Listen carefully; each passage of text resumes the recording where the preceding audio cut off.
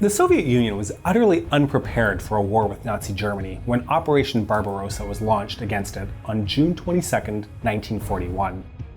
Millions of Soviet troops were captured during the chaos of the months that followed as the Germans swiftly thrust eastward through the Ukrainian and Belarusian republics into the heart of European Russia. I'm your host David, and this is The Cold War.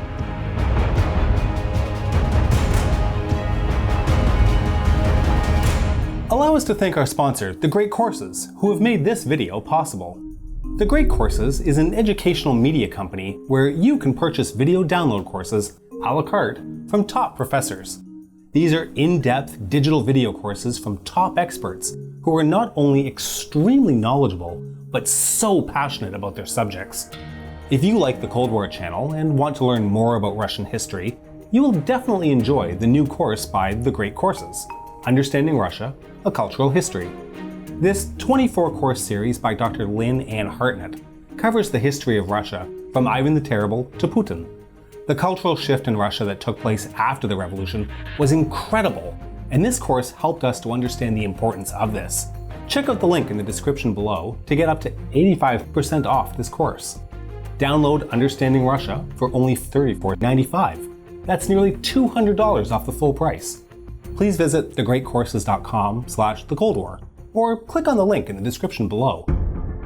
These devastating losses were not just the result, however, of a surprise attack, but part of the effects of severe morale and confidence issues in the wake of the Stalinist purges in the military through the 1930s. Joseph Stalin, paranoid at the best of times, had consolidated and reinforced his grip on power by eliminating anyone who he saw as a threat. This meant that any military leader who showed talent or independence was a potential rival and was duly targeted and eliminated. What this meant, however, was by the time of the Nazi invasion, the vast majority of Red Army commanders who remained were both talentless and unwilling to take independent risks in the field. By the time the German offensive was halted on the outskirts of Moscow, over 3 million Red Army troops had been killed or taken prisoner. Entire armies had surrendered to the advancing Germans, including over 325,000 Red Army troops at Minsk, approximately 300,000 troops at Smolensk, and over 400,000 at Kiev. The Soviet leadership, despite the circumstances of these surrenders, took an extremely negative view towards any soldier who was taken prisoner. On August 16, 1941, Order 270 was issued, ordering all soldiers to fight to the last. Order 270 not only all but banned commanders from surrendering, but also set out penalties for anyone considered either a deserter or being derelict in their duty. This was all meant to increase discipline and prevent further surrenders by changing the mentality of all soldiers that it was a fight to the death and not a step backwards would be tolerated. NKVD units, the precursor to the KGB, were often stationed behind regular army units with orders to shoot anyone who attempted to retreat. Although Order 270 helped to stabilize the front, it created the legal basis for the post-war persecution of Soviet soldiers who had been made prisoners of war by the Germans and their allies. Until the war's end in May of 1945, it's estimated that 5.7 million Soviet soldiers and civilians were captured by the Germans.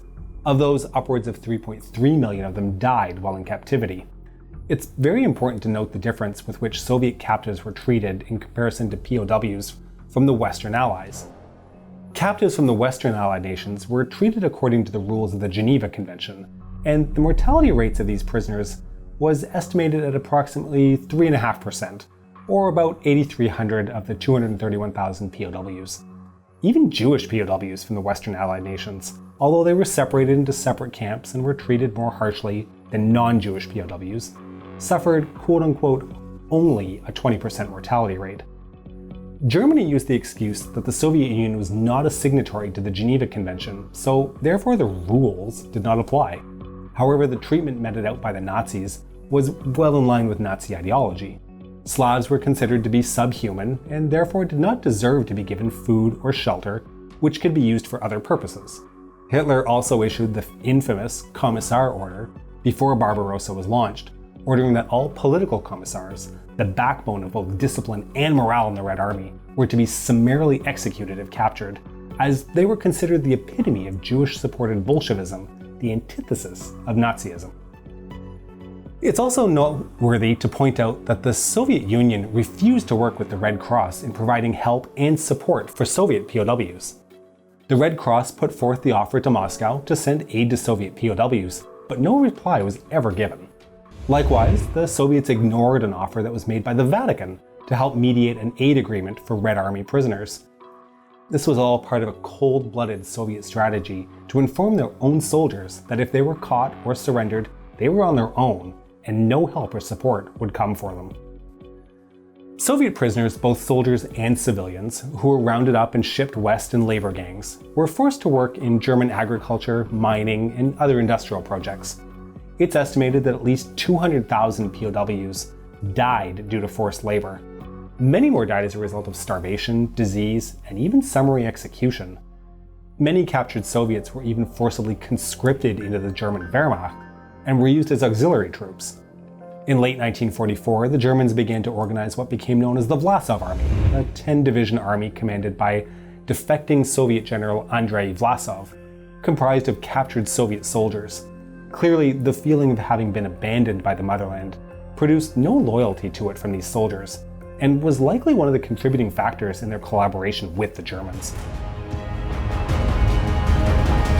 So, despite the inhuman conditions for Soviet prisoners in the notorious stalags of the German camp system, the eventual liberation of these prisoners did not usually mean the end of their suffering. What happened to them after their liberation? It often depended where they were when that liberation happened. Soviet citizens were being held in camps all over the Reich, and as a result, some found themselves being liberated by the advancing Red Army, while others were freed by the Western Allied armies. In anticipation of this, the 11th of February 1945 Repatriation Agreement had been implemented, where both sides agreed to return prisoners of war to their respective countries of origin. This meant that Soviet prisoners freed by the British and American forces were transported back to Soviet-controlled territory, irrespective of the POW's wishes. This was done despite the Western Allies knowing full well the hardships and repressions those freed prisoners were likely to face. This remains a controversial and to many outrageous act, where the West sacrificed its principles of liberty and freedom in the name of political expediency, not wanting to antagonize the Soviets. It's also been argued that the Western Allies may have violated the terms of the Geneva Convention by forcibly transferring back to Soviet control Soviet citizens who had either served, either voluntarily or by conscription, in the German Wehrmacht. So why did the Western Allies do this? What would make them violate their own central principles? The main reason was that they knew that their own citizens were being held as POWs in camps that would be liberated by the Red Army, citizens they were duty-bound to bring home. The second reason was to ensure continued cooperation, however strained at times, between the Soviet Union and Western Allies while the fight against the Germans continued. The process of repatriation for either side was not always smooth. The Americans initially placed Soviet citizens who had served in the Wehrmacht in the same internment camps as native Germans, while they went through the process of verifying each soldier's nationality. In response to these delays, the Soviets refused to acknowledge the existence of American POWs behind Soviet lines, especially those in Poland. As Soviet troops and citizens were liberated from German captivity, they were transferred into special filtration camps, where they were individually screened to decide if they would return home, be further resettled, deported, reconscripted into the army, or arrested. The filtration camps, often located in former POW or even German concentration camps, had two main purposes. There was the continuation of Stalin's machine of repression.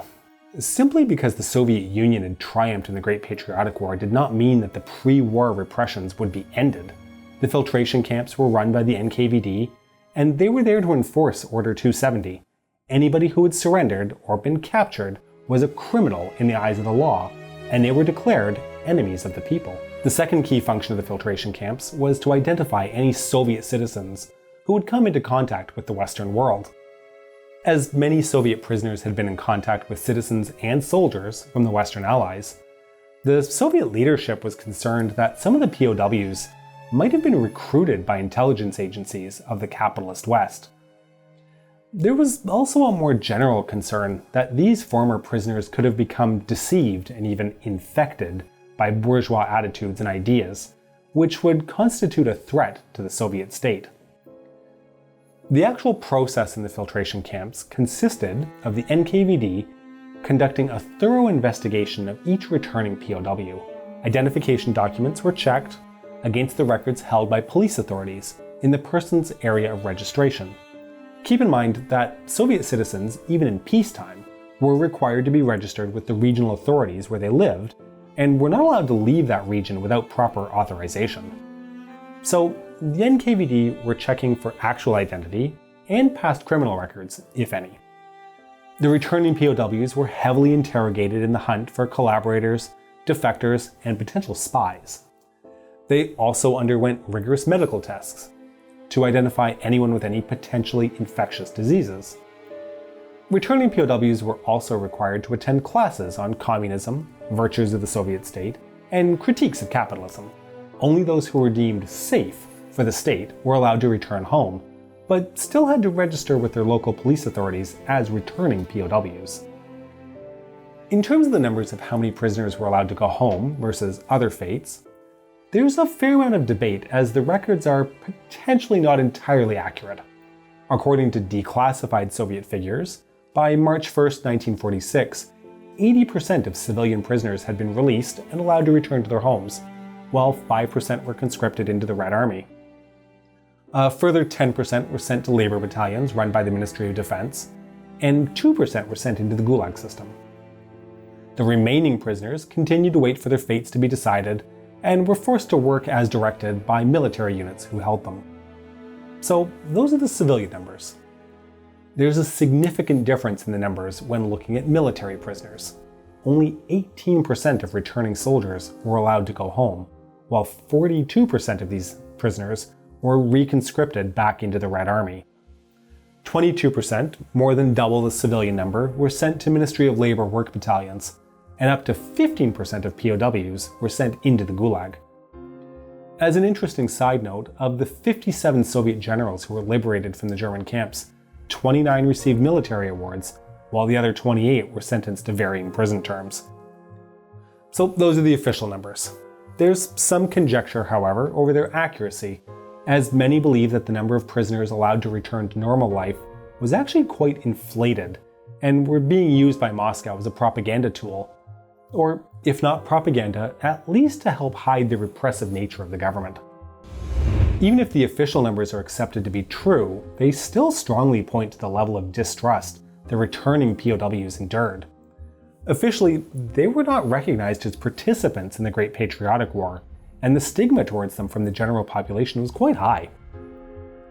Those who were filtered into the labor gangs were made to work on the massive reconstruction projects being undertaken after the war. The treatment they received was akin to modern slavery, with terrible working and living conditions. They were forced into mining operations in the Kuzbaz and Donbass, as well as the building of canals and other major infrastructure projects, and a great deal of the post-war Soviet recovery was made on the backs of these prisoners. So, can you imagine surviving the horrors of the German concentration camps after surrendering through no fault of your own, only to find yourself trapped in the Soviet camp system, forced to work under similar conditions, not trusted by your own government or even people? This was the fate of hundreds of thousands. It wasn't until after the death of Stalin in 1953 and the subsequent de-Stalinization process undertaken by Khrushchev that pardons and actual rehabilitation of former prisoners began to occur. We'll discuss all this in future videos, so make sure you're subscribed to our channel and press the bell button. We rely on our patrons to create these videos, so consider supporting us via www.patreon.com/thecoldwar. This is the Cold War channel, and we will catch you on the next one.